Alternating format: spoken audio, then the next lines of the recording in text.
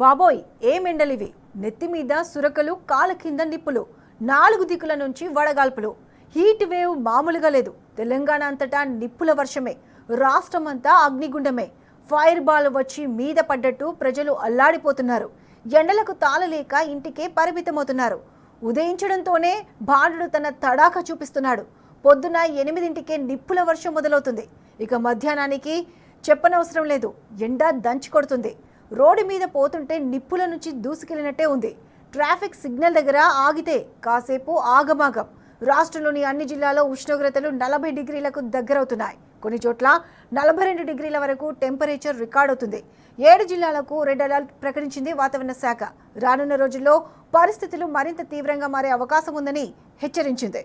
2-3 రోజుల్లో ఉష్ణోగ్రతలు మరో 2 నుంచి 3 డిగ్రీలు పెరిగే అవకాశం ఉందని వాతావరణ శాఖ అధికారులు చెప్తున్నారు. ఈ నేపథ్యంలో ప్రజలు అత్యవసరం ఉంటే తప్ప బయటకు వెళ్లకూడదని సూచిస్తున్నారు.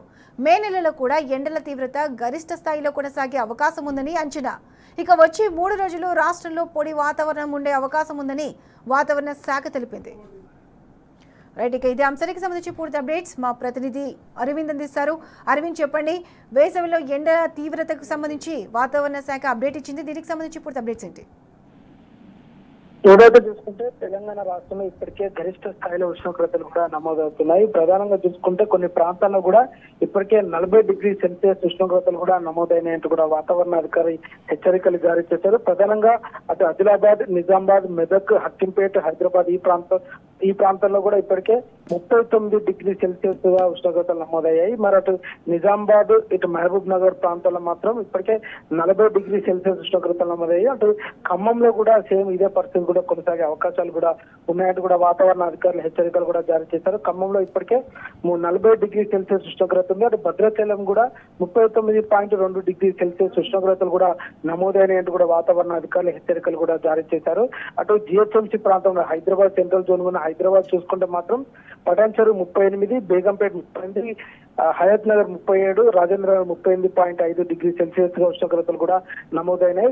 రాష్ట్రంలో మాక్సిమం టెంపరేచర్లు దాదాపుగా 36 డిగ్రీ సెల్సియస్ ఉంది. 40 డిగ్రీ సెల్సియస్ ఉష్ణోగ్రతలు కూడా నమోదవుతున్నాయంటూ కూడా వాతావరణ అధికారులు జాగ్రత్తలు పాటించాలంటూ కూడా హెచ్చరికలు కూడా జారీ చేశారు. మరి రానున్న 5 రోజుల పాటు కూడా ఇదే ఎండలు కూడా దంచుకొట్టే అవకాశాలు ఉన్నాయి. ఇప్పుడు దాదాపు 41 డిగ్రీ సెల్సియస్ ఉష్ణోగ్రతలు కూడా నమోదవుతున్నాయి.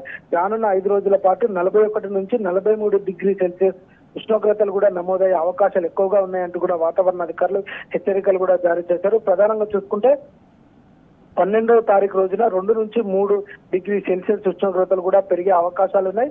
తర్వాత 13, 14, 15 రోజుల్లో కూడా రాష్ట్రంలో పొడి వాతావరణం కూడా ఏర్పడే అవకాశాలు ఉన్నాయని కూడా వాతావరణ అధికారులు హెచ్చరికలు కూడా జారీ చేశారు. ఏదేమైనప్పుడు కూడా మధ్యాహ్నం సమయంలో కూడా ఎక్కువ ఎండ విపరీతంగా పెరిగే అవకాశాలు ఉన్నాయి. అది గరిష్ట స్థాయిలో కూడా వెళ్తున్నట్టు కూడా ఇప్పటికే వాతావరణ అధికారులు తెలియజేశారు. దీని కారణంగా కూడా ఎక్కువ డీహైడ్రేషన్ అయ్యే అవకాశాలు ఉంటాయి.